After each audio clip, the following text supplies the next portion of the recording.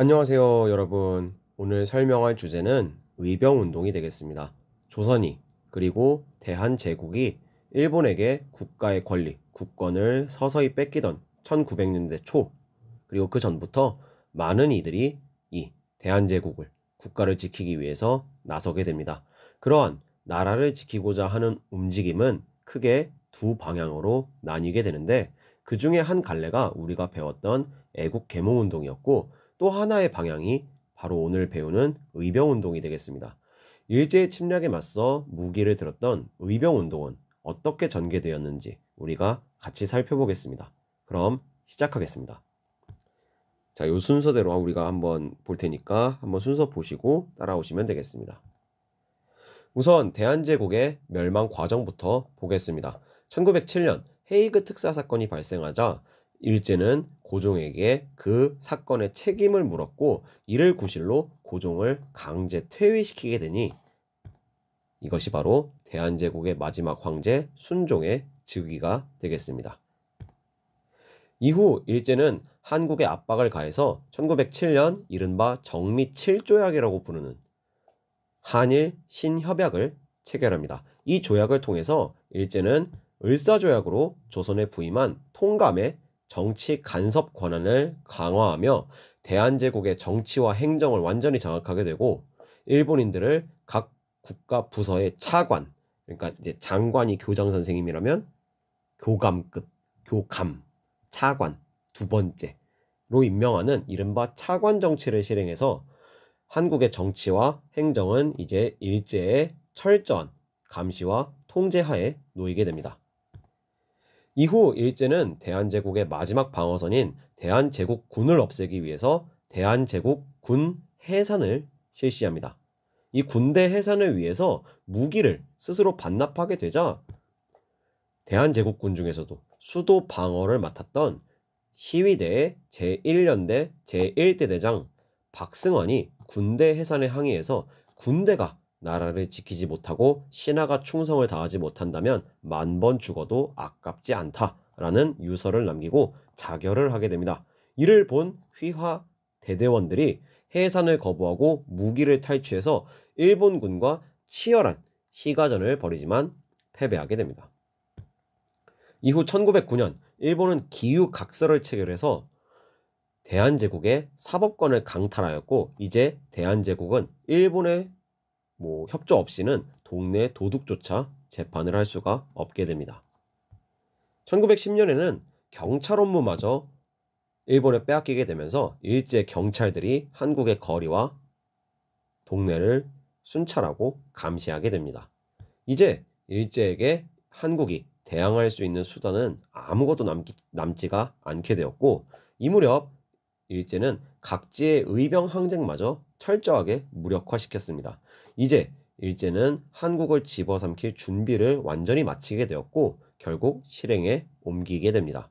일제는 순종에게 일본에 한국을 병합하는 데 승인하라는 압박을 가하였고, 친일파인 이용구 등이 소속된 친일 단체인 일진회를 동원해서 한국인들이 이를 원한다는 합방 청원서를 올리게 해서 병합 분위기를 조성합니다.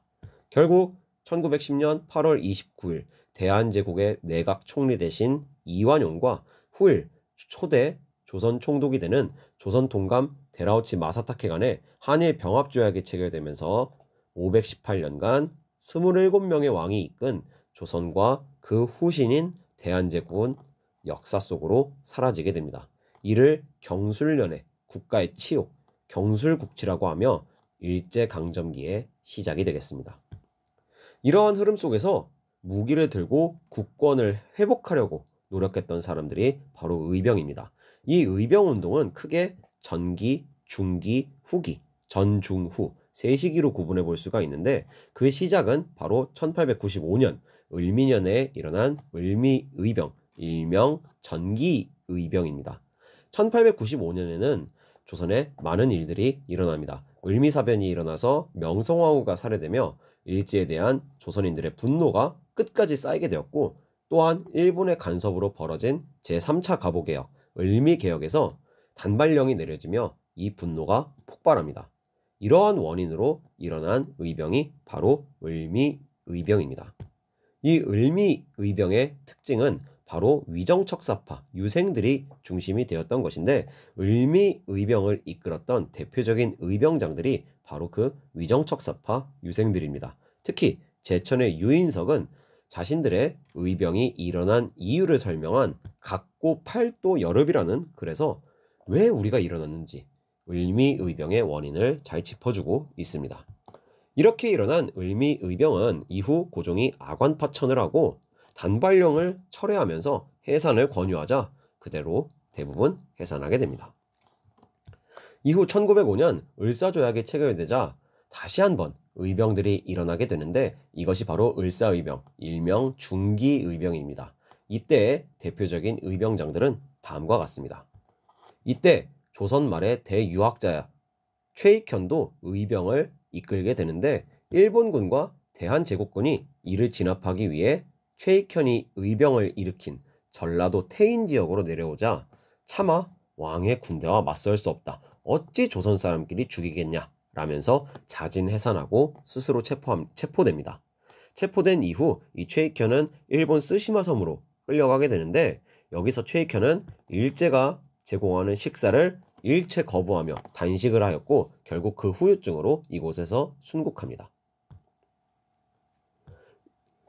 자, 이렇게 일어난 을사의병의 특징은 바로 평민의병장의 등장에 있습니다.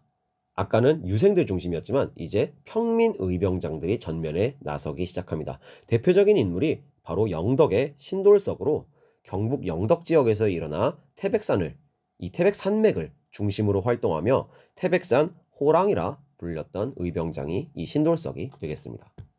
이후 1907년 고종의 강제 퇴위와 군대 해산으로 의병 활동이 더욱 거세지게 되니 이것이 바로 정미의병, 일명 후기의병의 등장이 되겠습니다. 이 사진은 정미의병기에 의병을 찍은 사진인데 여러분들 혹시 이들 중에 조금 뭔가 다른 사람이 눈에 띄나요? 이분이 바로 정미의병의 키포인트입니다. 1907년 대한제국의 군대 해산이 일어나자 시위대 대대장 박승환이 자결합니다. 그러면서 대한제국 군과 일본군이 치열한 시가전을 벌이게 되는데, 이것이 남대문 전투입니다. 이 남대문 전투에서 대한제국 군인들은 패배를 경험하지만 이후 지방으로 흩어져서 의병에 합류하게 되면서 대한제국군이 의병으로 참여하게 되는 것이 바로 이때가 되겠습니다. 대한제국의 수도 방어, 중앙군인 시위대뿐 아니라 지방의 방어를 맡았던 진위대도 무기를 반납하지 않고 그대로 의병으로 참여하게 되는데, 대표적으로 원주의 민긍호 등이 바로 그런 분들이 되겠습니다. 이 사진에 이 분은 그런 대한제국 군 출신으로 추정됩니다. 이러한 해산 군인들의 의병 합류는 의병 활동에 새로운 활기를 가져오게 됩니다. 대한제국군이 지급받은 최신 무기가 의병들에게 들어가게 되자 의병들의 화력이 대폭 올라갔으며 전문적인 군사 훈련을 받은 인원들이 들어갔기에 작전 수행력도 같이 올라가게 되었습니다. 그리고 같은 군 출신인 만큼 서로 연락하는 상호 연락과 협조가 용이해지면서 연합작전을 구사하게 되었고, 이 의병 활동의 의병 전쟁의 규모도 커지게 됩니다. 의병 운동이 비로소 드디어 제대로 된 전쟁의 단계로 올라가게 된 것입니다. 이에 힘입어서 1907년 이인영을 총대장으로 하는 전국 의병 연합군이 구성되니 바로 13도 창의군의 등장이 되겠습니다. 이들은 각국 공사관에 의병은 반란군이나 도적대가 아닌 대한제국의 정식 군대임을 통보하고 정당한 교전단체로 인정해 줄 것을 요구하였으며, 1908년 서울을 탈환하기 위한 대작전인 서울 진공작전을 수립합니다. 그리하여 경기도 양주에 집결해서 13도 창의군이 서울을 공격하기 위해 준비하는 그러한 단계가 시작되는데, 이 단계에서 총대장 이인영의 가정사에 변화가 생깁니다. 아버지가 돌아가시게 된 건데, 이때 이인영은 불효는 곧 불충이라면서 아버지 모시고 3년상 치르고 돌아오겠다고 집으로 이때 돌아가게 됩니다. 총대장이 사라진 13도 창위군은 다음 지휘권자인 군사장 허위의 지휘에 따라서 서울 진공작전을 전개하지만 일본군의 우세한 화력에 막혀서 동대문 밖 30리 정도에서 물러나며 서울 진공작전에 실패하게 됩니다. 서울 진공작전의 실패 후에도 의병들은 각지에서 항쟁을 이어나갑니다. 당시 의병운동에 대한 기사가 많이 실려있는 대한매일신보의 기사를 보면 이후에도 다양한 지역에서 계속해서 의병이 일어난 것을 확인할 수가 있습니다. 특히 호남 지역을 중심으로 의병운동이 격렬히 진행되는데 이들을 따로 호남의병이라고 부르기도 합니다. 호남 지역에서 유독 격렬한 의병 항쟁이 지속되었던 것은 호남은 예로부터 곡창지대로 쌀이 많아서 조선시대부터 계속해서 수탈이 많이 일어났고 이 지역에 농민들, 백성들의 불만이 많았던 것이 한 가지 원인입니다. 일본 또한 이 지역의 쌀들을 많이 일본으로 가져가면서 일본에 대한 불만이 이 지역에서 꽤 높았다는 것이 바로 그 원인이 되겠습니다. 그리고 1894년에 호남 지역을 중심으로 일어났던 동학 농민운동의 기억은 그들에게 하나의 저항 경험이 되어서 활용이 되었던 것입니다. 이 호남 의병을 이끈 의병장들은 대표적으로 전해산, 안규홍 등이 있습니다. 하지만 슬슬 한국을 먹어가는 일제에게는 이 호남 의병은 반드시 미리 제거해야 될 방해물이었고 이에 1909년 9월부터 11월까지 2개월간 호남 지역 의병을 대대적으로 공격한 이른바 일제에 의한 남한 대토벌 작전이 시행됩니다.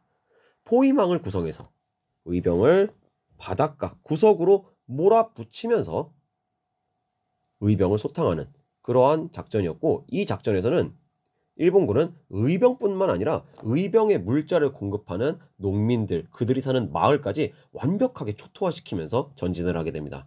이 잔혹한 작전으로 이 사진에 의병장들 등 의병장 100여 명, 의병 4천여 명이 사망하였다고 교과서에 기록되어 있는데 일본 측 자료에는 이렇게 수많은 사상자를 나왔다고도 기록되어 있습니다.